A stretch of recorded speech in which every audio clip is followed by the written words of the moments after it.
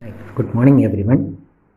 I am Sijumon PK, Assistant Professor in English, Government College, Mangada.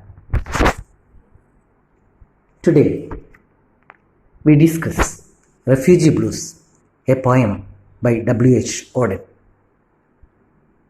W.H. Auden is a British American poet. He was born in 1907 and passed away in 1973. He is a very popular poet. In 20th century, he is as popular as T.S. Eliot and W.B. Yeats. Auden's poetry is famous for its engagement in politics, morals, love, and religion, and its varieties of tone, form, and content. His best-known poems include Lucy de Berg's Art, Funeral Blues, September 1939, The Shield of Achilles, In Memory of W.B. Yeats, The Age of Anxiety, For the Time Being, The Ascent of F6, The Dark Beneath the Skin. A very particular thing about him was that he worked as an ambulance driver during Second World War. Joseph Brodsky states that Auden had the greatest mind of 20th century. He is as popular as W.B. Yeats and T.S. Eliot. The term refugee means a person flee from homeland to escape war, persecution, or natural disaster. Tens of thousands of refugees fled their homes. Blues means a slow, sad song sung by Americans working as slaves.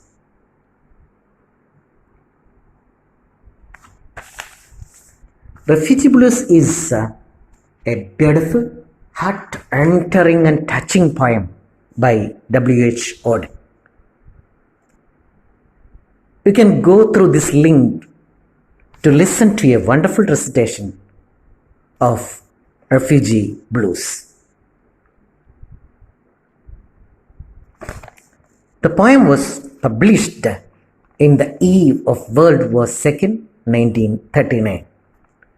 The poem meditates on the plight of Jewish refugees forced to flee Nazi Germany. They were unable to find refuge elsewhere.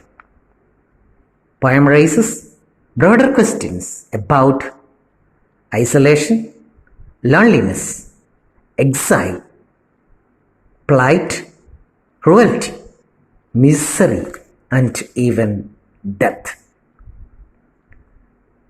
It depicts the trauma and pain of being forced to leave one's home. The refugees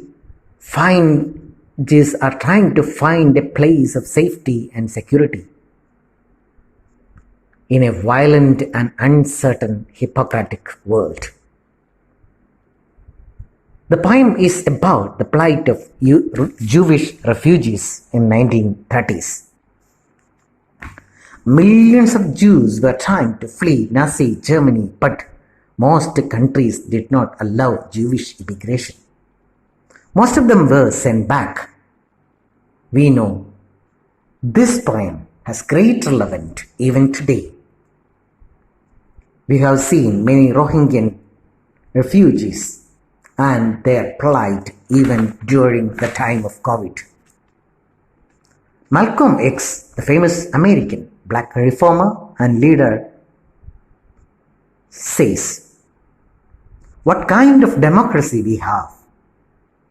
Here the hunters attack the prey, and they, that is the hunters themselves, declare that the prey attacked them. The judiciary and media supports them. See, if the official citizens are suffering like this in democratic countries, what will be the plight of refugees? Mahatma Gandhi, the father of our nation, says, when the government envisages a policy, they should have in their mind the poorest of the poor and the wretched of the wretched.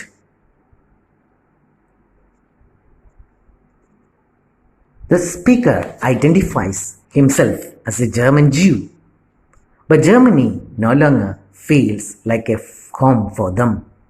Imagine we are born in India, but one day if the government or if anybody declares that it's not our home, what will be our condition? The Jews were born in Germany and they were living happily there. And one day Hitler declares that Jews are our enemies. Can you imagine run away from our own nation, our own homeland, leaving all our belongings, all our memories, leaving our ancestral home, our belongings, our friends, our relatives, because you belong to a particular caste, creed, culture, or a sect? Can you imagine leaving your motherland because you don't have an official passport?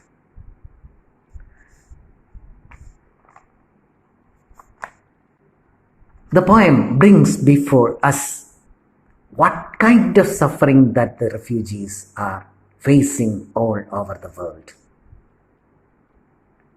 Let us read the poem. Say, this city has 10 million souls. Some are living in mansions. Some are living in halls. Yet there is no place for us, my dear. Yet there is no place for us. See that this city has got 10 million souls. It's a huge number. An exaggerated expression it can be. A kind of figure of speech, that is hyperbole. Some are living in mansions, some are living in huge bungalows or luxurious homes. Some are living in halls or huts or the poorest sector of the society. Yet there is no place for us, my dear. Yet there is no place for us. See the misery of the people. See the misery of the refugees. They are not given a chance even to stay in a hole. Once we had a country, we thought it fair. Look in the atlas and you will find it there. We cannot go there now, my dear. We cannot go there now. Once we had a native land. Once we had a homeland. We thought it fair. We thought it as a justifiable country. A country of justice, a country of democracy, a fair country. But look in the atlas, look in the map of the world, and you can see it there. But we are not allowed to go there, my dear. We cannot go there now. The speaker even says that in the village churchyard there grows an old yew. Every spring it blossoms anew. All passports can't do that, my dear. All passports can't do that. See, even the freedom of a tree is not given to a refugee. If you need to stay in a country, you need an identity. You may be saying that I am a human being. I am a universal man. But it is not allowed. You need an official identity card to stay in any country. Otherwise, you have to flee from one country to another country. Bertolt Brecht, the famous writer, says, we had to flee nations and nations like you are changing shoes. We were changing countries as you are changing shoes. Similarly, the refugees are running from one nation to the other nation. We don't even consider them as human beings. The consul banged the table and said, "If you have got no passport, you are officially dead." But we are still alive, my dear, but we are still alive. The official, the embassy officer, the consul, the ambassador, he banged the table and said, "You have no right to enter into this nation. If you have a passport, you will be allowed. Otherwise, you are officially dead. You may be alive. It doesn't matter. You need a passport to be alive officially. Otherwise, you are officially dead." But the refugees are still alive. Where shall we stay? Where shall we go? That's their question towards the society, towards the democracy, towards the human rights organizations.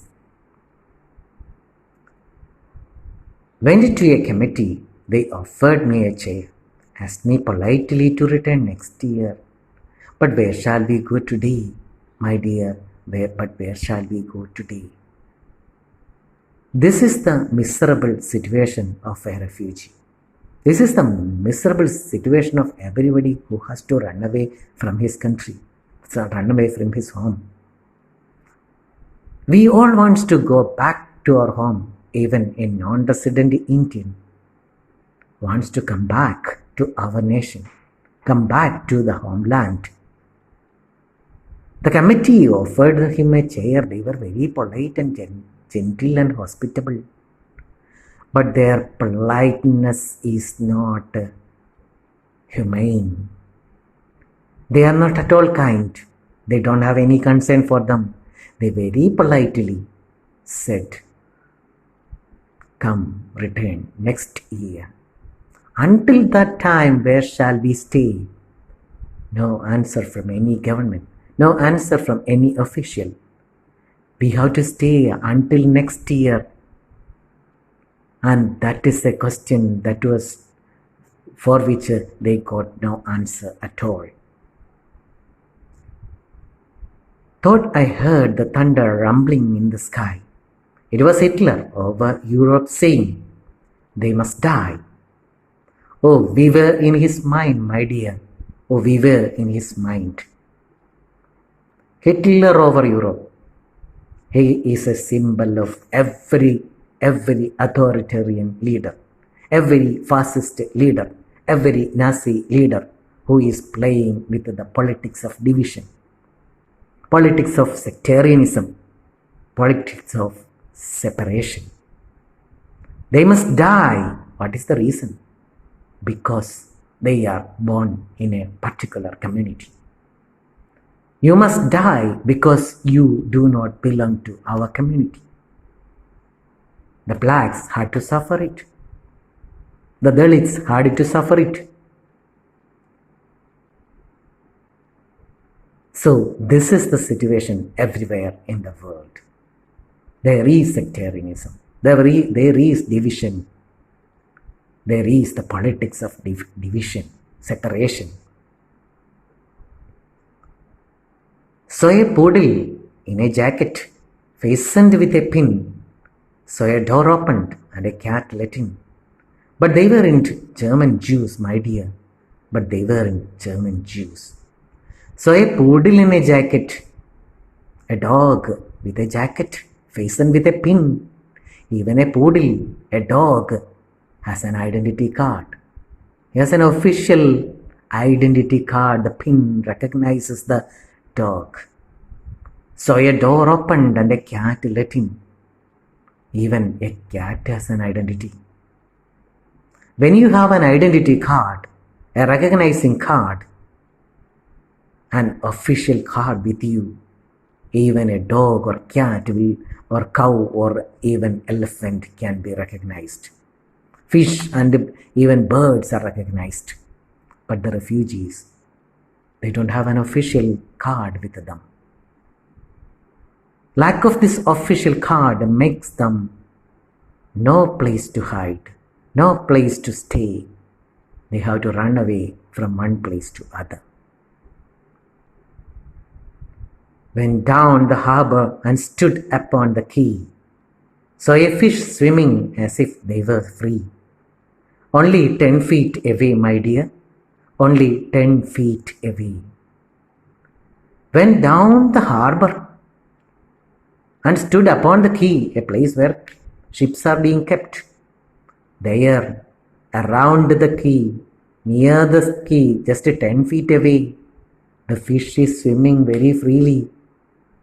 Even the privilege of a fish is not at all given to the refugees. They are not even allowed to enter into the sea limit of any nation. The ship with the COVID passengers in which the refugees were there are not allowed to enter in any nation. Walked through a wood, saw the birds in the trees. They had no politicians and sang at their ease. They were in the human race, my dear, they were in the human race. The humanistic approach towards the world says that humans are the highest of creation. But what happens? The refugees are not even considered as half human. Even the birds are more free than the refugee because there is no politicians. There is no division of politics. There is no sectarianism. There is no race difference. Dreamed I saw a building with 1,000 floors, 1,000 windows and 1,000 doors. Not one of them was ours, my dear. Not one of them was ours. See, finally, in the end of the poem, we can see the speaker dreams one day we want to stay in a home. In his dream, he is seeing a huge building with thousands of doors. Another example for hyperbole, exaggerated type of statement. However, in the dream, he is desiring to have a home with 1,000 floors, 1,000 windows, 1,000 doors, maybe 1,000 rooms. 1,000 is just a number given, but not one of them was ours, my dear, not one of them was ours. There are so many luxurious people who have built many rooms for their homes. But what happens to a refugee? He has to flee from halls to halls.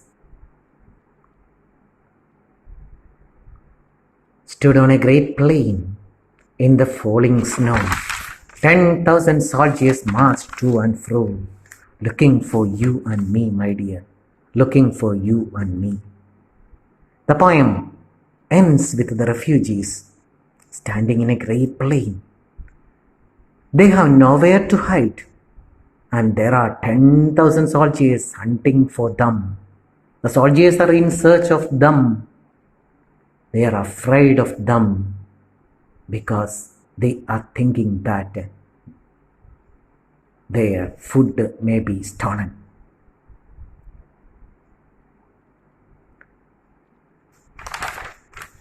The poem is actually a question on all authoritarian rulers. It is a critic on the brutality and inhumanity of all kinds of moral organizations. The poem criticizes the fascists and also all politicians playing politics of division. It's a critic on the hypocrisy of democracy and all humanistic institutions.